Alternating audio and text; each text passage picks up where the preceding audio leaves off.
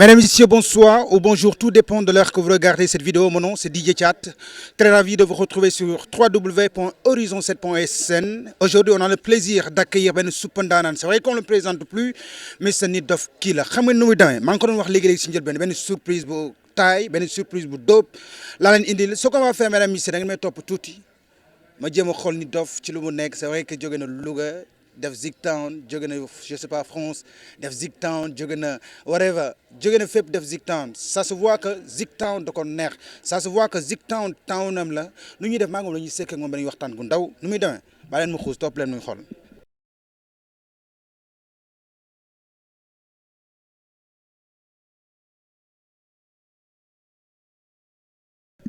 bëgg de naka woo. luy déglu lépp moo ji. waaye bi non si na de. thanks bro. dama ko jox de. jox ko ne yaa wala foog. ok mooy cool. Moi je l'appelle l'homme consciencieux, méthodique et perfectionniste. doon ndaanaan goo xamante ni c'est vrai qu'on le présente plus muy Nit Doff Killa. Nit Doff Killa salaamaaleykum. yow waaleykum salaam. ma bro de Thiat maa lay nuyu maa lay ziar maa lay nuyu waa Zik Town. maa ngi nuyu ñi si daan ñëpp quoi.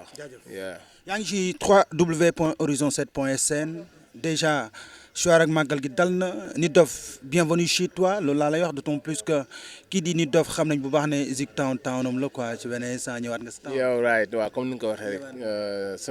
sama cité laa ñëw. Et man ak Zik c'est une longue histoire, c'est une histoire d'amour. Donc je suis venu une fois, je suis tombé amoureux de la ville. J'ai toujours eu un accueil nice, chaleureux. Les gens sont super ouverts, accueillants et tout.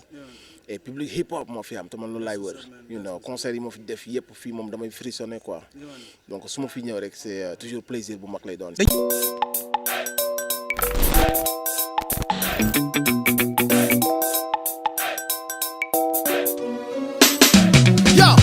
You number one la wekk ko nekk lu mu togg yàq doon lekkuma ku tong moom yaay rëccu ñàkk rap yu dur du feccu ñàkk bi gi na xam ne am na rak ci biir bi sax day jekku pa saa yoo dégg wuy walooy ku jaga di moo da jekku ja kay mooy jiite ñi ñuy jiital ak ñu jiite woon tey tool bee suuxat may bayaa leen mi jiite woon xam-xam ba ca kokki nag kattan ka ca ndoddi nag xale bu xelam ja xasan léeg-léeg day soxla wakki ma wane naa fu ne ci fànn yëpp dootul compétir dëgër bopp tax ma def leen mala di leen donte xiir koona yëpp la conquérir kooba yëpp fa opérir xelu jën nga yor doo contenir tax foo ma compémir pistolel mini may maxi ëpp la daraja pistolel MC buy aksi ma jël ko daraja. ñu dugg directement ci li nga xamante ni je pense que tey ñëpp dañuy xaar yow nga àddu ci muy c'est vrai que tey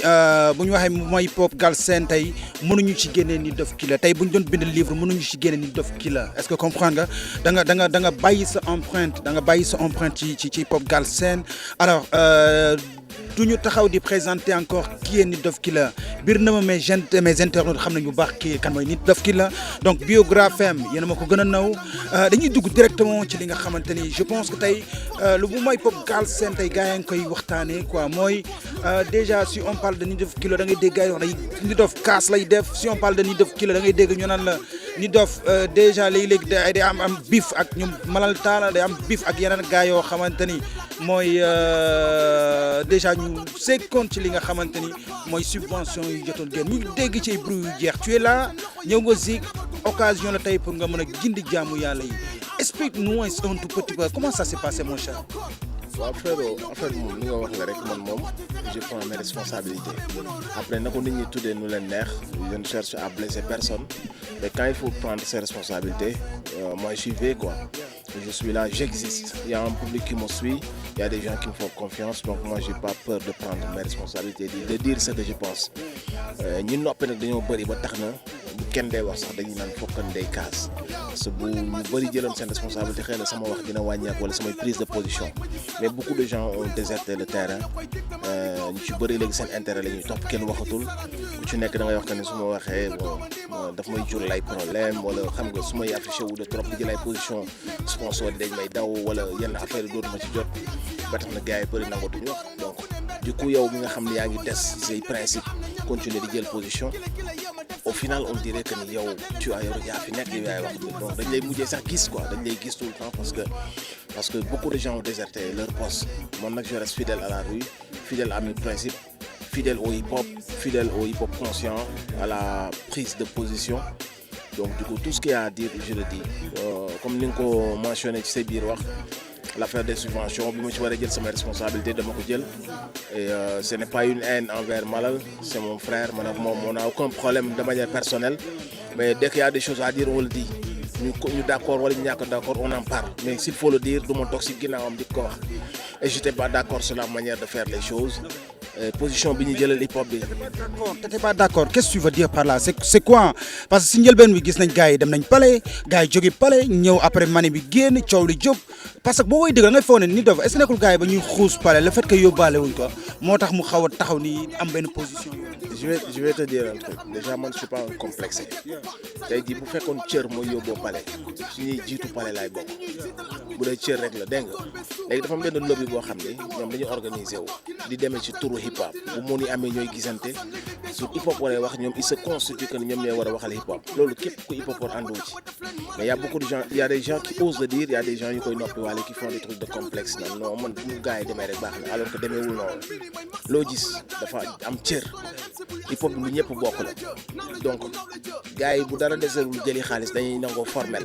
defar ay kayit jëli ko mais fexe ba hip hop bi formel am bloc ñu am seen ñu leen di représenté am seen porte-parole am seen secrétaire am seen président nga xam ne fu ñu soxlaatee hip hop lii mooy. je te coupe pas Nit nañu wax ne dëgg quoi je pense tey game bi yàgg na benn peeru yàgg goo xamante ni tey bu ñuy wax mbirum il faut gars yi organiser wu il faut gars yi formel waree ba dugg na fii génn fii tey je le dis pas pour te jeter des fleurs à part show of the year bi nga xamante ni mooy daw ak yeneen yoo xam peut-être je connais pas tey peut-être teg nga fa loo xamante ne yee day jaar yoon tey je veux juste dire mooy le mouvement hip hop Galsen pour nga ñëw ne dañu koy teg mu jaar yoon nga tu penses que ça va être si facile que ça. non mais xam nga lu mën a nekk la il va falloir que lobby yi xam nga lobby yi bëgguñu hip hop bi booloo hip hop bi buñ tasee lobby yi mooy tout structure yi boole wu seen biir dëkkaloo tudde seen bopp ay G7 ak wala yeneen tur nañ ko mënta tuddee tu vois donc ñoom bu hip hop Galsen boole wu du leen arrangé donc parce que bu boobaa tout le monde aura l'information à temps et à fond comprendre nga et ils veulent pas ça du moment qu'on se disperse et on leur laisse gérer ñoom ils gèrent les subventions ils gèrent l'argent qui dugg ci turu hip hop ñoom ak ñi décider xamante nañ donc tu vois ça tourne autour d'eux loolu laa lay wax que ni suñu organiser woo hip hopeurs yëpp ku ci nekk mën nga am un truc personnel privé mais war nañ mën am nag lu ñu bokkandoo en commun mooy le hip hop on s'organise comme ni yeneen secteur yëpp di organiser woo comme ça bu ëllëgee confusion dootul amatul affaire yu yaa ma neex kee laa xulool kii laa bëgg boycott lii mooy li hip hopeurs yi décidé bu nguur ne damaa bëgg wax hip hop xam nañ ne président mooy dem war a secrétaire wala porte parole nekkul ne un tel mooy woo kim jubóol wala kim bokkal mafia loolu man du ma ko fekk di ko sëgg parce que je suis pas un complexé sama cër nag boo ko laalee moo la que ne laal nga sama cër kum neex nga defi fu ragal non moo li ma la wax man lu may dugg day leer du ma dokk ci affaire lobby du ma bokk ci loo xamante si nii jaarul yoon boo gisee moo wax jour bu def casse de un posture bi ñu jëlal hip hop du posture hip hop en temps de guerre en temps de crise la dernière des choses bu muy def mooy tàllal loxo di laaj parce que nous on s'est toujours porté volontaire nekk les députés du peuple les défendeurs des opprimés des sans voix kon bu problème amee ñu ne parce que am na kenn liggéeyatul 1000 euros 1000 milliards ñëw na ñëpp rëppeelu ñu naan naka lañ ko liggéey la dernière des choses bi hip hop waroon def mooy tàllal loxoom di wax jox leen ma comme ni mu ko daan defee dafa war a accompagner le pays rassurer leen ànd ak ñoom ci combat bi pour wan leen que ni nous on joue nos rôles de leader mais y a eu des gens qui se sont portés dem ba pale ci turu hip hop te hip hop yónnewu leen ñu tàllal loxo laaj te moni boobu bi ñu leen ko accordé bi ñu génnee dañu commencé di woo ki leen neex ku leen dul neex ci ñi njëkk a woo lañ bokk parce que xam nañ que ni je suis flagrant buñ ma ci boolewul day cool donc il fallait que ma ànd ak ñoom ci loolu dem jëli sama job wala ma dénoncer attitude boobu noonu j'ai préféré dénoncer attitude boobu noonu déjà mooy ni ñu demee ci palais bi ci turu hip hop ba pare posture bañ fa am ak taxawaay bañ fa am ci turu hip hop te hip hop yi c'est des hip hopeurs yi c'est des patriotes kenn gën la nekk patriote ci réew mi comprendre nga donc man nag man leen du lii mooy suñu cër ci en période de crise comprendre nga fi may waxee donc position yooyu laa ci jël te temps bi jox nañu raison ana ñu demoon palais ak ñu doon wax waxu sensibilisation dañuy def sensibilisation lan la ñuy wax quelques mois après bàyyi leen ñu liggéey ñu dajalewaat nit ñi te pourtant il y a quelques mois ñoom ñoo demoon palais ne non dañoo dem pour def sensibilisation nit ñi comprendre nga mu leer la c'est une histoire d'argent président bi daasaat money nga gisaat leen ñu commencé xeexaat seen bi it's all about money. Très bien je pense que loolu leer na c'est vrai que mes chers internautes tey ngeen di dégg lépp lu xew tey ngeen di xam lépp nu mu demee quoi donc ki la vous l'avez dit c'est vrai que foofee foog ñu teg ci suñu baaraam quoi tey le mouvement hip hop ba ñu demee ba mbas gi xaw a tar gis nañ ñoom ñëpp génn tu as vu les singles qui sortaient un peu partout mani bi ba mu génne coow ba ñëpp yaakaaroon ne ñii lu ñuy xeex benn bien de cause la ñu dem benn instant affaire yi taraat ñu jékki ñoom lañ gisaat ci mbedd bi ñu très bien maa ngi ñëw ñoom lañ gisaat ci mbedd mais yow je pense que tu étais sorti également. non jamais mais non non frérot man mënuma wax nit ñi moytu leen xam nga lu ma la wax rek mooy dafa yanu maanaam instant bu yàlla defee xéwale di ñëw ci yéen artistes yi ngay dem ay cachet 2 millions pour 15 minutes 1 million pour 10 minutes boobu seen xéwal la ñëpp yéene leen ko mais bu mbas ñëwee te seen secteur lay laal parce que dajaloo lay bañ da ngeen di jàpp ne seen tour la yéen aussi ngeen xaw a muñ un peu mais munoo leen au nom de dama xiif ngeen bëgg a dajalewaat nit ñi te y a quelques mois yéen a doon wax bu leen dajaloo baaxul si nit yi c'est pas parce que da ngaa xiif rek que la nga doon wax démb comprendre nga da nga koy valider tey te sax ma lu ma la wax donc génn yooyu ñu génn di wax c'est légitime bu ñu organiser woon ni ñu waroon organiser duñu agsi fii loolu yëpp ay erreur u état la ak organisation bu waroon am bi nga xam ni artistes yi seen statut d'artiste dina leen permettre seen ak seen droit d'auteur ñu fay leen ko ni ñu leen war a fayee ba duñ tàllal loxo di ñaan mais là tu vois on les a poussés à génn si mbedd bi di tàllal loxo dañoo xiif dañoo sonn te loolu noonu day wàññi seen leadership bi ñu nekkoon ay on est des leaders on est des députés du peuple patati patata et on peut dire la quasi-totalité des artistes étaient sortis. Pas la quasi-totalité hein. Tu vois, il y a beaucoup d'artistes quand même, mais il y a beaucoup d'autres yoo xamante ne nii doxuñu ci loolu ils ont pas voulu de ça seen discours mooy et même seen sortie bi il y a beaucoup de gens qui ont fustigé wan leen kan ni mënoo leen wax barki démb raxas leen loxo yi ngeen puusante tey ngeen di wax ñu dajale waat nit ñi parce que dañoo war a liggéey tu vois feebar bi demul ci yenn corps de métier yi mën na nekk mais bu fekkee seen bos mënul nekk seen bos day dajale ay nit loolu la yàlla tudd c'est à vous de passer chez le coiffeur donc il va falloir être digne gëm yàlla xam ni démb da ngeen doon laal ay cachet millions ci ay 15 minutes et que feebar bi ñëw yéen seen corps de métier nu muy doxee moom la coïncider quoi comprendre nga ngeen nangu ko ak dignité quoi ak patriotisme surtout comprendre nga mais c'est pas parce que dama commencé xiif rek que damay wax nañ jëlaat risque ci jamono joo xam ne ñu ngi naan leen cas yi bon c'est pas mes cas hein mais les chiffres officiels ñu ngi leen wax que ni mu ngi yokk par 250 par jour loolu mooy sa taxawaay yow en tant qu'artiste kon nañ ñu bàyyi ñu dajale leen yóbbuwaat leen ci ay concert ak ay soirée parce que damaa xiif ana sa patriotisme ana message de sensibilisation bi nga doon def barki démb c'est tellement contradictoire que yooyu du ma ci dox comprendre nga te lu ma la doon wax la rek dëgg mooy mujj li ñu leen doon wax ci vidéo boobu quelque temps après gars yi dañ koy gis mu leer nañ seen i bët donc. en général ci fii ci game hip hop bi da ngay dégg ñu naan la booy yi nañu xool ci mag yi léeg-léeg day jékki-jékki tar nga dégg ñu naan la booy yi amatuñu référence léeg-léeg day gën a tar nga dégg ñu naan la booy yi doog a dugg ci game bi dafa mel ni gisuñu gars yu fi nekkoon démb ñen ñoo actuellement tey mag ñooñu ci kaw est-ce que bu ñu waxatee dara booy yi nañ leen mën a dégg. non c'est une question très pertinente duñ leen déglu parce que aussi je pense que dañuy décrédibiliser seen bopp et puis lañ leen doon jiiñ comme quoi que ni ñoom dañu aakimoo affaire yi di ko séddoo pour ñoom kase def seen bopp en structure et que lu ñëw ñu aakimoo ko di bind ay dossiers yi dul jeex ñu leen di subventionné ci yëpp dañuy dem ba jàpp que ni booy dañuy dem ba jàpp que ni ñoom dañoo dund seen temps ba noppi aakimoo seen temps ñoom te day créer benn manque de confiance buy installé wu comprendre nga le lendemain du rap Galsen n'a pas été préparé ñi nga xamante si ni waroon nañu xàll yoon bi peut-être ils ont été un peu égoïstes ils ont pas pensé au lendemain du Sénégal du rap Galsen structuré ko de manière boo xam ne industrie dina fi am donc industrie boobu manqué ci game bi moo waral tey jii nit ñi di rey seen bopp ci ay subventions am na industrie bu ñu doon teg jamono à l'âge d'or du hip hop Galsen ak bi nga artistes yi di am doole dëgg am na lu ñu doon tegee label yi ak concert yi ak tournée nationale ak produit artistes yi di leen yóbbaale bu ñuy dem tournée di leen yóbbu kaaw ak yooyu industrie dina fi am bu boobaa te bu boobaa nit ñi dañ mën a dund autour de ça comme yooyu yëpp amu fi c'est vide dañuy mujj di rabattre wu ci ay dossiers ci ay festival ay projet donc pour se faire financer pour am fa la kaañ bi yëpp di nekk te loolu bu amee da ngay gis que ni ceux qui font bouger les choses ci guddi toll nii ceux qui organisent ñi rendre la chose populaire ñooñu il n'en bénéficie même pas au final parce que ñeneen ñi fi nekk teel a dem ne dañoo formel nee nañu ñoom ñooy lekk moninu booy yooyu noonu te hip hop bu exister guddi toll nii c'est cette génération là qui fait bouger les choses moo ci waroon njëkk a profiter donc ñoom sous prétexte que booy yi formé luñ dañuy coop moninu booy yi je trouve que loolu du posture grand frère même sa booy bu nekkee ni amagul esprit wu defar peep bul coop moninam woo ko nga wan ko nan lay defee ay peepam pour ñëw jël si moninam mais ngeen teg du ko séddoo bu ñu leen laajee nga ni mi ngi fi ñoom ñoo ko jël si wul ngeen signé yéen seen ay booy seen structure ku ci nekk ñëw indi plus de 9 projets ñu financé yëpp il est wu la hip hop il est wu la solidarité il est wu la grand frère bu war a xaalal booy yoon loolu mooy indi cassure mooy indi manque de confiance tu comprends. mooy indi manque de confiance c'est par ma voix mais c'est par la voix de Nit Doff Killer toujours ci côté boobu la ñuy des subvention bi génn gars yu bëri jël nañ seen mani Nit Doff Killer xaalis bi jot nga ko wala jot. laajuma tàllaluma loxo bugguma si jot. xaaral non wuyu ma waaye bàyyi waa wuyu ma nañu wax ne dëgg waa non attends xam nga yow nga koy wax léegi-léegi gars yi fii